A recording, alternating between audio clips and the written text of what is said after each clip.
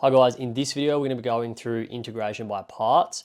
Integration by parts I like to think of as being the opposite or the reverse of the product rule. So you learn the product rule in 12 methods. In Specialist you use integration by parts to integrate a function that is the combination of two different functions multiplied together. So for example, if we look at example 23 here, what we're going to go through in this video is how to integrate this function, this function, this function, and a couple of other different functions. So there is a rule for integration by parts. The rule is here. This is the rule that you will get on the formula sheet if you're in Queensland studying Specialist. However, I prefer to use this rule here, which just involves u dash and v dash. U dash just means the derivative of u, and v dash just means the derivative of v. So before I go through any examples, I just want to quickly talk about where this formula actually comes from. So how we derive this formula. And we derive it from the product rule. So if we just look here, that's the product rule that you would know from 12 methods. You've got y dash, the derivative of some function y, is going to be equal to vu dash plus uv dash. Now, if we integrate both sides, right? So if we integrate y dash, let's just talk about the left-hand side first.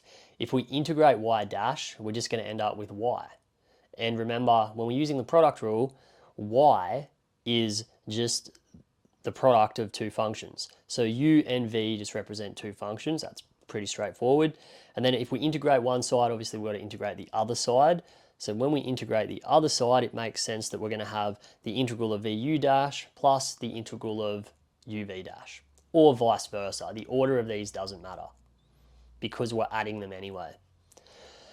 Then what we're going to do is we're just going to rearrange. So what I'm going to do is this here, the integral of vu dash, I've gone and taken that over to the other side and I've subtracted. So with some rearranging and moving a couple of things around, this is the formula that we currently have. So notice this gives us an equation that's going to help us to integrate two functions when we're multiplying them with each other, so the product of two functions, and it's going to give us an answer for that. So notice that instead of having u and v here, we've got u and v dash. So what that means, right, is when we're integrating functions like this using integration by parts, we're going to have to think very carefully about labeling each function. It's not the same as the product rule where it doesn't really matter which one is which. In this case, it does matter which one is which. If you accidentally choose the wrong function, you're either going to make it a lot harder on yourself, or you're going to reach a situation where it's actually impossible to integrate by hand. So in order to know which function to label as which, we use a method referred to as liate. Essentially, when you're choosing v, what you should be thinking about is you should be choosing logs first. So if you have a log function, automatically choose that as your v. Sorry, not your v, choose that as your u. If you've got an inverse trig function but you don't have a log function, then you would use an inverse trig function. So we're essentially going downward in that order. So let's go through an example now. So I've got question A here, we've got x times by cos x. You'll notice that when I labeled this function, I labeled x as my u function. So the reason why I labeled x as u is because it's a little bit higher up on liate. For example, the a represents algebraic terms and the t represents trig terms. So because the a is higher than the t, then the algebraic term is going to be our u. So once I labeled, the second thing I do, which is what I also do when I'm doing the product rule, I like to just write down at the side somewhere what is u dash and what is v. So now I've got everything that I need to just substitute straight into this formula, which like I said before, that's on the formula sheet. So you don't have to memorize this. So I'm going to go ahead and speed this part up. I'm going to substitute these values into this formula.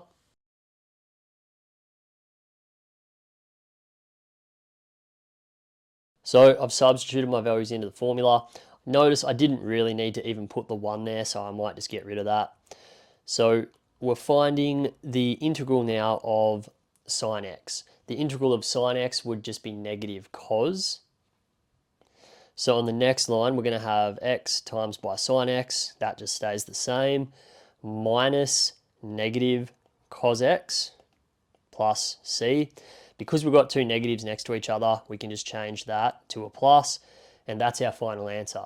So the integral of x times by cos x is this here. So just going through another example here, notice there's a bit of a pattern. First thing I always do, I just label my two functions that are being multiplied, but I'm labeling them thinking about my Liate sort of pattern to follow. Once I've labeled those two, I've then gone and found u dash and v. I've written down my formula, which I think is always good to do, and then I can start substituting in my values.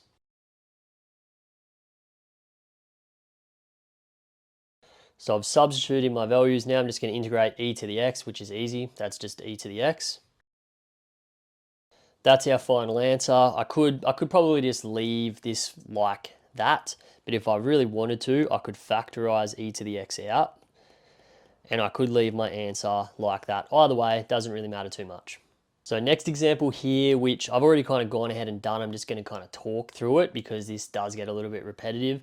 The trick here, notice that we've got the inverse of sine of x, but you might be thinking, well, we haven't got two functions, we've just got one function. The trick here is to just think about integrating this function here. So I've just added a 1 to this function. So it's 1 multiplied by the inverse of sine. Then I go and solve for u dash and v before substituting it into this formula. So once I substitute into that formula, I end up with this here. And then what I've went and done on the following line, so on this line here, I've just gone and put the x on the numerator instead of leaving it separate to the fraction, which is fine because we're multiplying. Now, kind of a tricky step here. So when we are integrating this, we're going to have to use integration via substitution. So I've got the solutions to how to do that. I'm not going to talk through that though, because that's not the purpose of this video, but you can always pause this video and have a look at that if you need to. Oh, and also when finding the derivative of inverse trig functions, I got this here. The way I did that, there's actually a rule. There's a rule that if I find the derivative of inverse of sine, that's going to be what I get. And that comes from exercise 11b from the Cambridge textbook, I believe. I could be wrong, but I'm pretty sure it's exercise 11b. Not going to go through that in this video though, of course. Okay, so once I've gone ahead and done integration using substitution, I get this here. And then because I've got two negatives next to each other, in my final solution, I just go and change that to a positive. So this is my final solution here. We could say that the integral of the inverse of sine x is going to be equal to all of that. So next example is where we're going to have to use integration by parts twice in one question. As I always do, I've labeled my u and my v dash. I've found out what u dash and v are. Then I'm going to substitute them into my equation.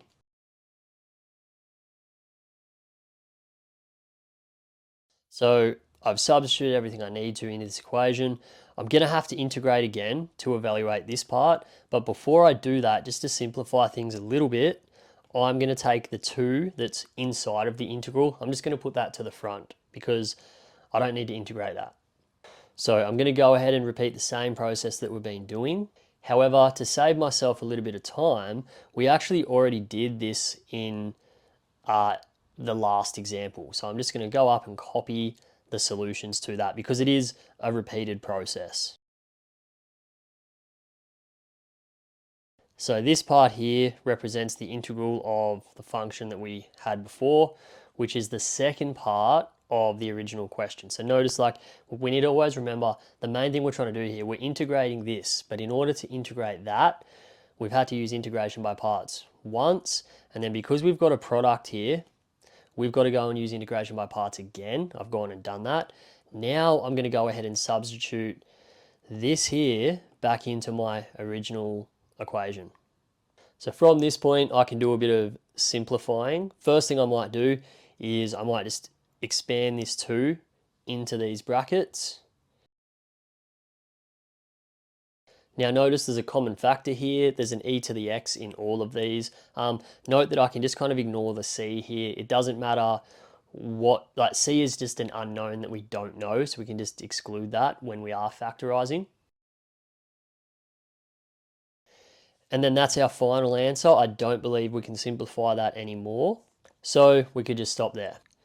Okay, so this is the last example that we're going to go through. Then I'm just going to talk through one more example that's slightly easier. So notice I've started this question off exactly the same as every other question. I've labeled my u and my v dash according to Liate, and then I've found u dash and I've found v. Now I'm just going to substitute those into my formula.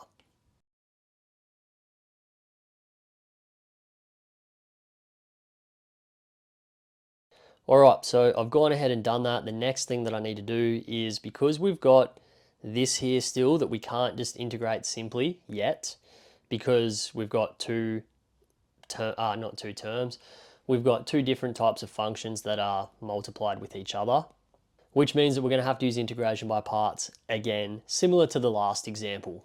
So from this point, I can simplify this slightly. Because we're going to have these two negatives here, those are just going to change to a positive.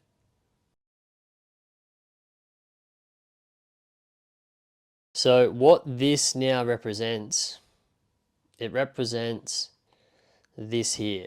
It's the integrated version of that.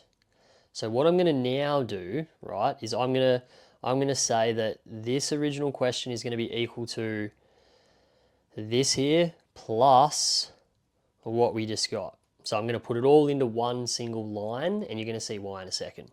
All right, so the entire function here can be written as this. So notice I've put a negative here, and I'm going to have to be careful and mindful of negatives and positives in this situation. So to get rid of the brackets, first things first, we're going to do this. So we're just going to write the whole thing as usual. And then when we expand this negative into the brackets, we're going to end up with plus e to the x times by cos x minus the integral of e to the x cos x dx. Now this is like a bit of a trick that you just kind of have to know or memorize. So the trick here is to move both integrals onto the same side. So what I mean by that is, notice that on the left-hand side of the equation right now, I've got the integral of ex cos x. On the right-hand side of the equation, I've got negative e to the x cos x. So what I'm going to now do is I'm just moving that entire thing over to the other side. And because we had a minus on the right-hand side, inverse operations, that's going to change to a plus. So what that will mean is, if we just look here, so we're going to have the integral of e to the x cos x plus integral of e to the x cos x. Therefore, that's going to become two lots of that integral. So just remember, our goal, our original question was actually to just find this. If we go back up to the question, the goal is to find the integral of e to the x times by cos x. This 2 here, we're going to take that over to the other side, and it's going to become a half. So therefore, our final answer to this entire question is here. So I've taken that 2 over and I've times everything by a half. So the integral of e to the x times by cos x is going to be all of that. Just in green here, it's important to note this. So this approach has been used when integrating expressions that are in the form of e to the ax times by sine x or e to the ax times by cos x. So essentially, if your two functions are an exponential multiplied with a trig function, you're going to have to use that approach. Last example that we're going to go through, which is kind of an easy one to finish off, we're finding the integral of this. Actually, no, sorry, we're not finding the integral, we're evaluating, because we've been given intervals here to integrate between. So we do the same thing. I've just labeled this as is. I've carefully selected my u and my v. I've gone and substituted those into this formula. That gives me this here. And then doing a bit of simplifying, if we look at this here, we're going to end up with having x over x, which is just going to be 1. So we've got the integral of 1, which is just going to be x. So notice that's just the integral. So I like to kind of keep things separate and do things one by one in a bit of a systematic approach. I found the integral, then I've gone and used the intervals. So I've substituted the intervals into the integral to find out what my answer is. I've gone ahead and done that. That's assumed knowledge, so you can pause the video and look at that if you want. And essentially my final answer left as an exact value is that one there. That's it for this video, guys. If you are in my class, there are some questions that are highlighted here that I'd recommend you have a go at. If you're not in my class, hopefully you enjoyed this video and you gained something from it. If you have any questions, feel free to leave them in the comments. Make sure to like the video, make sure to subscribe to the channel. That's it for this video, guys. Thanks for watching.